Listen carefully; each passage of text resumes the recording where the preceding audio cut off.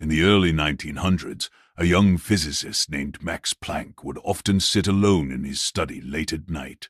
He wasn't trying to break the universe. He was trying to understand something very ordinary. Why does matter feel solid? Planck was one of the minds who gave birth to quantum physics.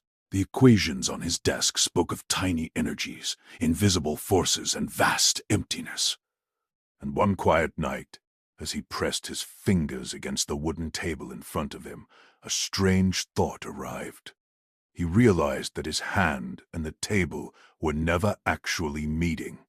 What felt solid was not contact, but resistance. Inside the wood and inside his hand were atoms.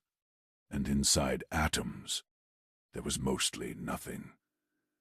Empty space, held together by forces we cannot see. The touch, he felt, was caused by tiny electrical forces pushing back, refusing to let one set of atoms pass into another.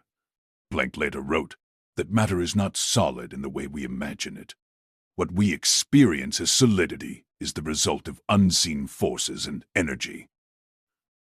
To him, this was unsettling. If something as simple as touch was not what it seemed, how much of reality was shaped by the mind? Years later, Planck would say something remarkable.